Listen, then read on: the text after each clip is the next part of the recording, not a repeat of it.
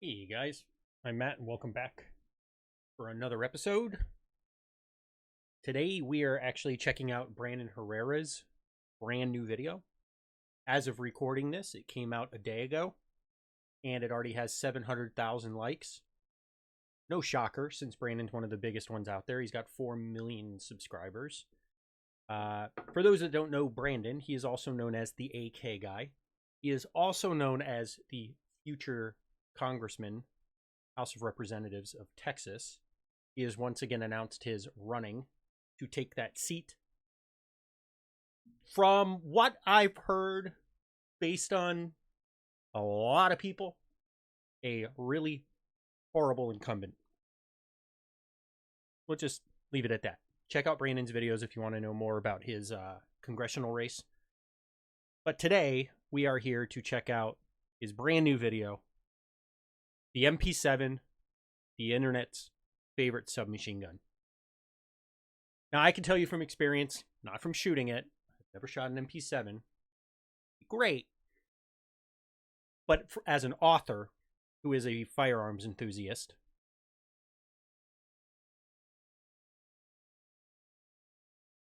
so says my Herrera A300, the Heckler & Koch MP7 is a fan favorite, hence the title of his episode, or the title of his video, the internet's favorite submachine gun. Classic weapon. Used by special forces and heroes and villains alike in thousands of movies, books, video games.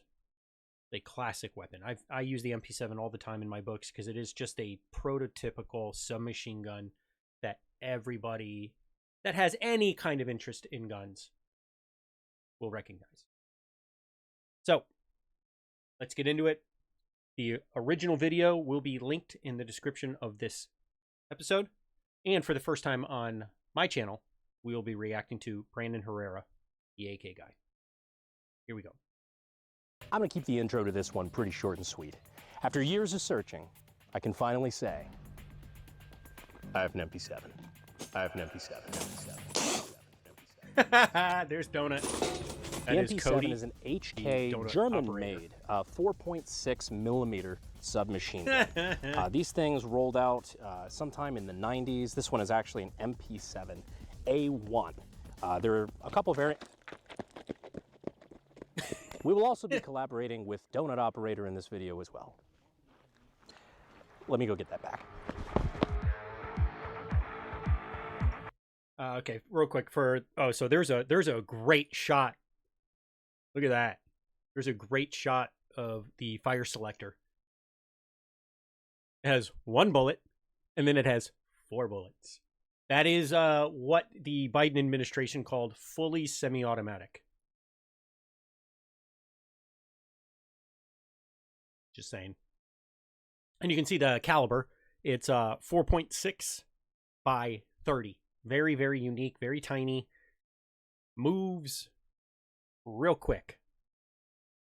Tiny round, but it's also a short barrel, so you're not going to get a lot of distance out of this gun. All that means is that it is going to be amazing for up close quarters, and it is going to fire very quickly. But man, what a beautiful, beautiful, beautiful gun.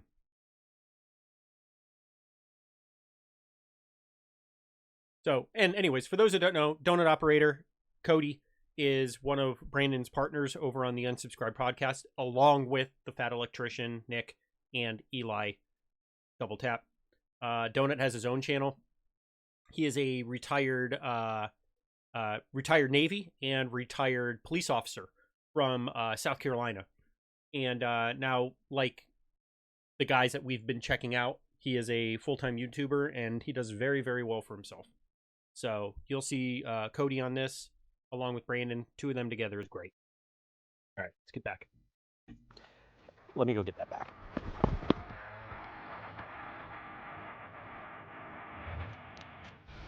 Heckler & Koch, German. There it is, made in Germany.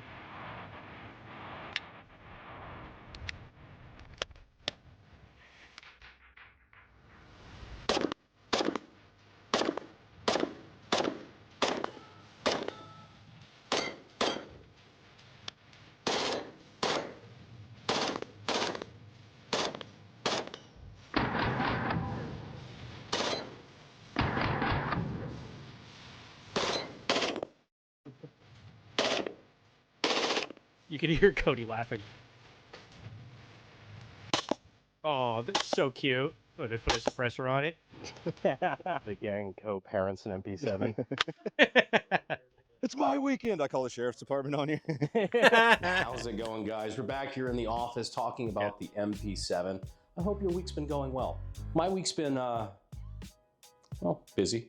And that's why here before the gun owners of America, I'm here to announce that I am running for Congress in District 23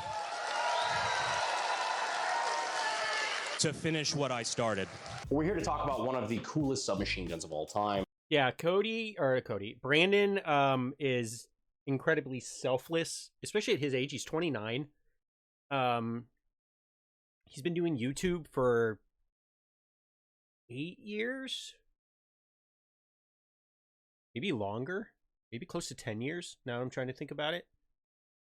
And his channel has evolved over time. Actually, you can see a P90 above him. You can see a FAL. Obviously, you can see AKs. Oh, to his right, kind of hidden behind his right shoulder. That is a thumper, the bloop tube, grenade launcher, M79. Is that what it is? Help me out in the comments, guys.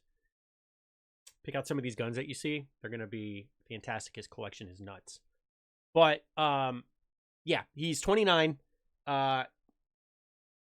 He lives a very comfortable life doing YouTube full time, makes a lot of money doing it, makes great content, but has decided to essentially take a pay cut to run for the House of Representatives in southern Texas to unseat a Republican incumbent that kind of a phony baloney guy. So we're rooting for Brandon over here on the channel, as should you guys. If you're in his district, please do the right thing and let's get this guy into Congress in 2026. But like I said, I don't like to get political on this if I can help it, but because it's a part of the video, I figured I would say my piece, and let's get back to it. To finish what I started. We're here to talk about one of the coolest submachine guns of all time, the MP7, which this is not the MP7, actually. You guys might remember last year we did a video with this. This was the poor man's MP7. This is actually just a Kel-Tec. It's like a CP33 with the Ferrotec chassis.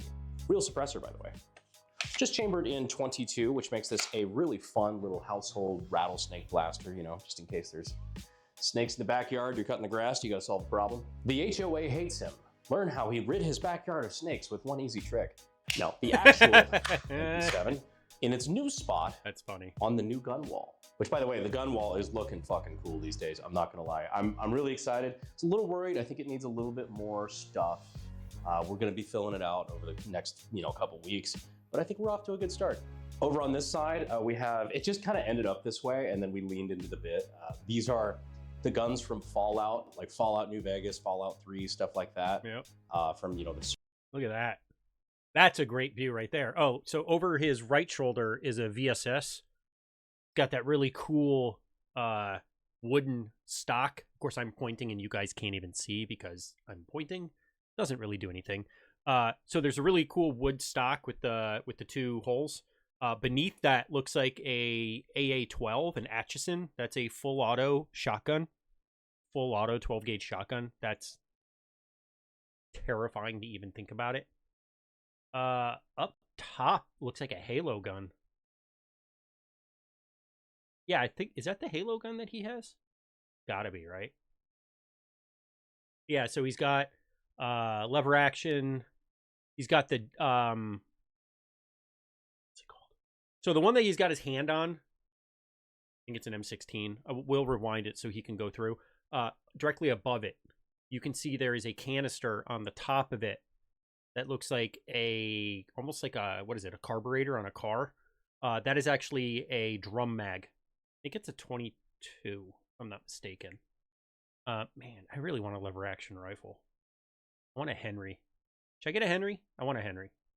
I already have my shotgun that I wanted for a long time. That's a Beretta A300 Ultima Patrol. Came pretty Gucci. 7+1, so it's got 7 rounds in the tube. If you don't know what a shotgun is, it's got a tube magazine underneath. That's why most shotguns you'll see 2 tubes. One of them's the barrel, the other one is the actual tube.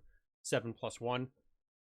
Most shotguns factory come with less. It's usually 4+1 typically, I think, maybe 5+1.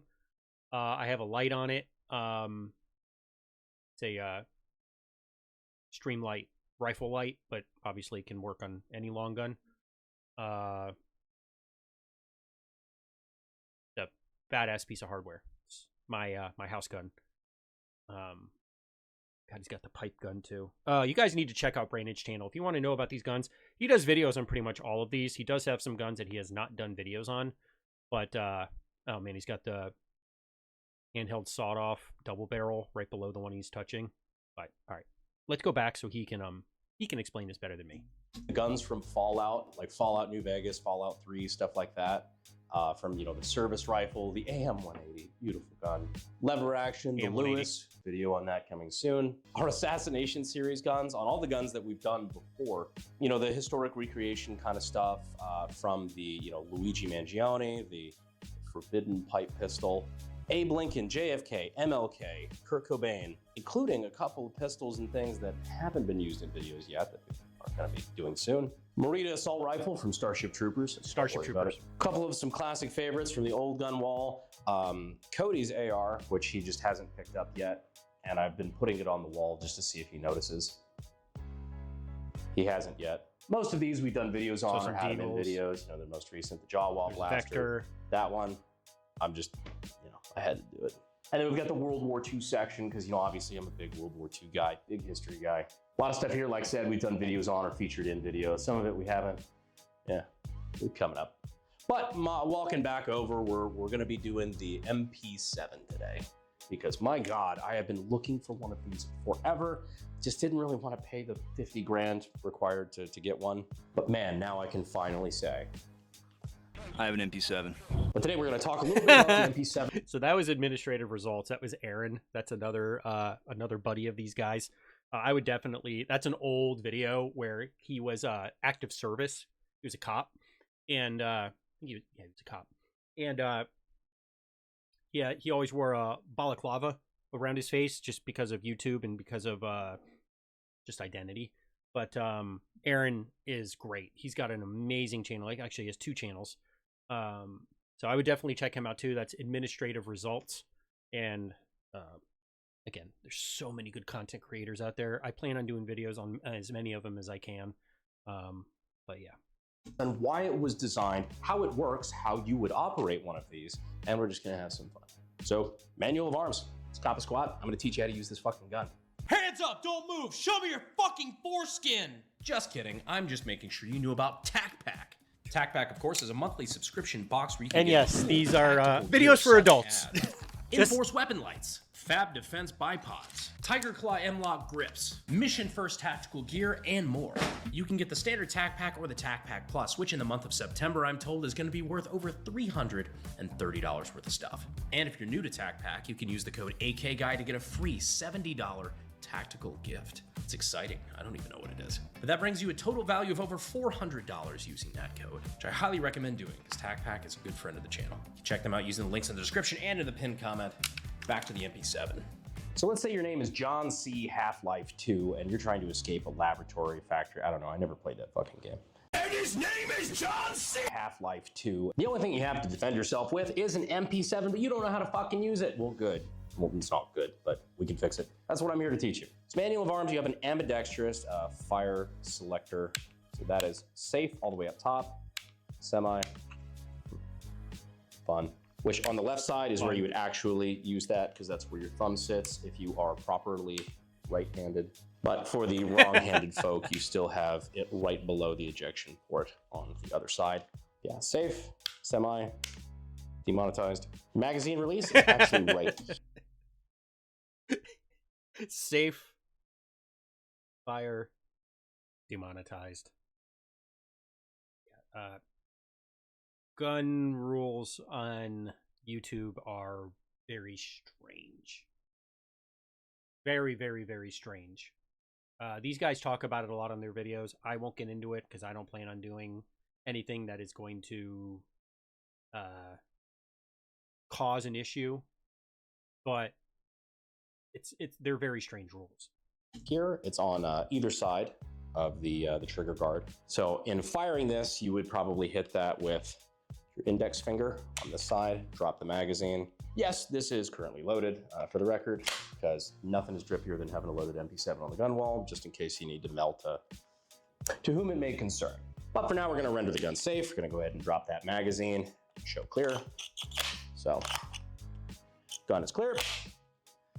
This is your charging handle on the rear of the gun. These little two tabs, kind of like this is very, that's like really flimsy. Yeah. ADD break. I was trying to put this can up and sprung a leak. So I'm just gonna put this down really quick. Cody, do you mind loading my MP7? Or excuse me, our MP7. Hold on. Co-parenting. Here you go. All right, you guys ready to shoot it? I'm gonna take my fucking finger off the femoral and go. There we go. Height over bore. It's a thing. All right, took us a couple rounds, but we got there. Sometimes a motherfucker will forget that the dot is up here and the barrel is down here with the very short range. That becomes a problem. Yes. Well, it absolutely does. that did the trick. And that is height over bore. Anyway, your eye line is above the barrel, so let's go ahead. You're gonna miss low. Back. So now the bolt is held to the rear. The gun does have a last round hold open, so at the end of the magazine, the bolt would be held back like so. And to drop it, you would just press this button right here, push that down to close on a loaded magazine, and you are ready to get back to work. That little tab there, just push that up, and then the stock can collapse. Cannot pull it open without pressing that button again, but when you press it, you see it just kind of pops out a little bit, freeing it to pull it out to the first position, of which there are 3. It is also worth pointing out that this is actually a real factory German HK MP7. So not a clone, this is the real Empanada. Oh, and I forgot, the folding grip up front, you just pull this tab down, and then it folds down, and then you can just deploy it back out. Now, one of the neat parts about the MP7 is it does have pretty low recoil, which means you can actually collapse the stock, and while there is, I'm certain, no tactical advantage to this whatsoever, one can actually fairly comfortably one-hand it and keep it fairly steady. Would you ever want to do this for any real-world practical reason? No. Did I have a lot of fun doing it just now? Yeah. So as to how the gun actually functions, we're gonna go ahead and pull these pins out of the rear. Oh, What's man. neat to know is that this gun was actually built for the same contract, to compete for the same contract that ended up spawning P90 behind me up there on the gun wall. So there was like the goal was to have a PDW, a personal defense weapon. They wanted a new caliber that could defeat armor and everything like that. So the P90 was put forward from FN, and the MP7 was put forward from HK. Part of the contract also was that you needed a pistol that was chambered in the same caliber as the PDW, which is why the FN57 exists for the P90 as its counterpart. And there was like there was a weird pistol that never really saw the market that was developed by HK. I've never seen that. There was a weird pistol that never really saw the market. HKUCP, yeah, 4.6 by 30. Wow, that is a tiny round for a pistol. Interesting. That would have like zero recoil in a pistol. Wow. That was developed by HK. Neat, useless factoid of the day. So now I'm gonna move this over here. So take the bolt carrier group out. The bolt carrier group and the spring is attached short to stroke the operated gas system. Interesting. Where you have a star pattern bolt that is spring loaded. A lot of PDWs and stuff the size people usually assume are either direct blowback or like roller delay, kind of like the MP5 is. The MP7 is gas operated. So this bolt carrier group actually reminds me a lot of, let's say, like a SCAR 16 or SCAR 17. But also still, like all things considered, fairly simple. So when the gun is in battery, The bolt is in the locked position, which is able to hold all of the pressure, make sure that the round, the bolt and everything stays in battery until the bullet has left the gun. And as it passes by the gas block then hits a rod that smacks the front of the bolt carrier, that pushes the bolt carrier back, and when it does that, the bolt comes back out and unlocks and rotates out, so that now it is no longer locked, and all of this can move backward, pick up a new round, eject the old one, and throw another round into the chamber. We put this back in, we just throw this back here, the recoil back in that hole there, throw this back in the little track, charging handle that just kind of holds that in place, throw this back into the rear of the gun. That's incredible that all of that is one piece, essentially. Drop the pins, that's a very necessary part. Throw these back in the rear. And once again, we have a functional MP7. The design of this gun, I think, for a PDW is fairly interesting. And if you also think so, and you're curious to get your start in gunsmithing and weapons technology, maybe check out sdi.edu down in the links in the description. Every episode, sdi.edu. So the MP7, vibey as fuck. What's also vibey as fuck? MP7 with a suppressor. So we've got the actual B&T MP7 suppressor that we're just going to attach right here at the end. Ratchet on. And now let's test it suppressed. It's gonna be so quiet. This is probably hearing safe. Close. It'll be so quiet. I think the steel is louder than the gun.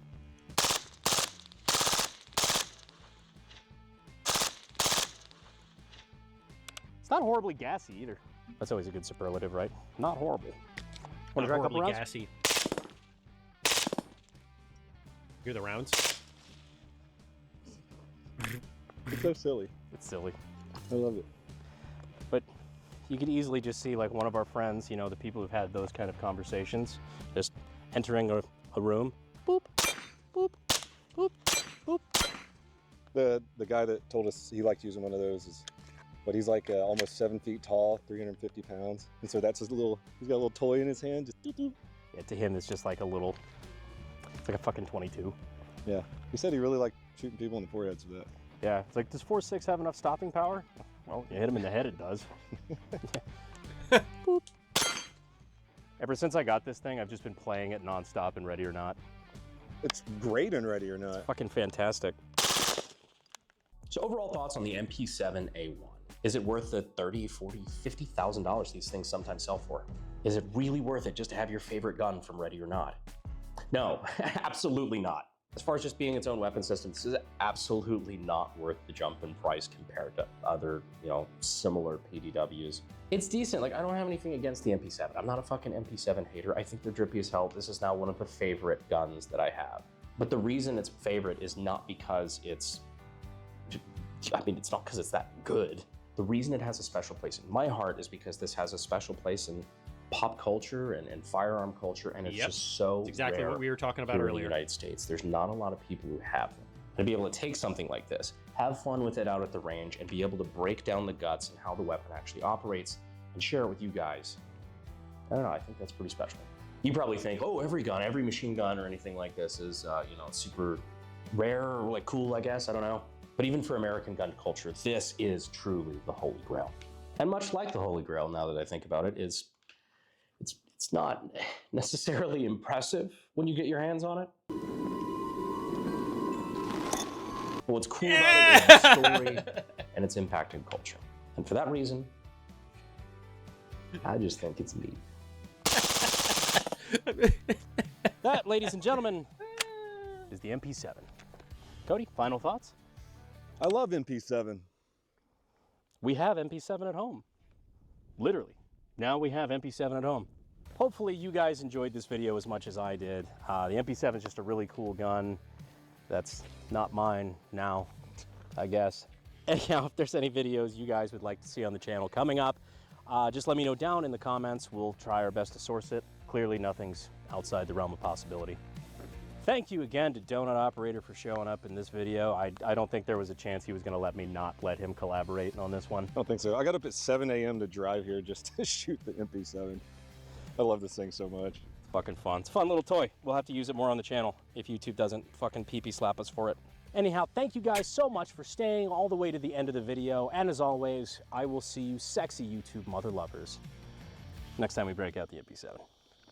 Thanks, guys.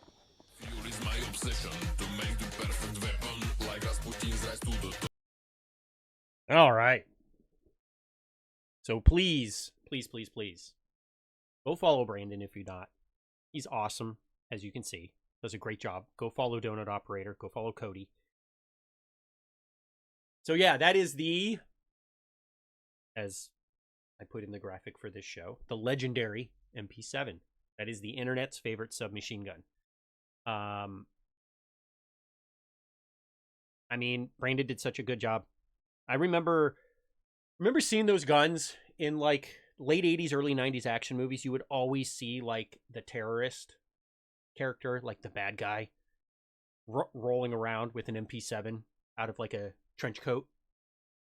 You see this little submachine gun just ripping. Like Die Hard, like usually it would be like Eastern European type of guys. And it was again, like he said, it's a classic in pop culture. So, but all right, guys, very much. Like I said, I do appreciate it. Please like and subscribe. It just helps us grow this channel.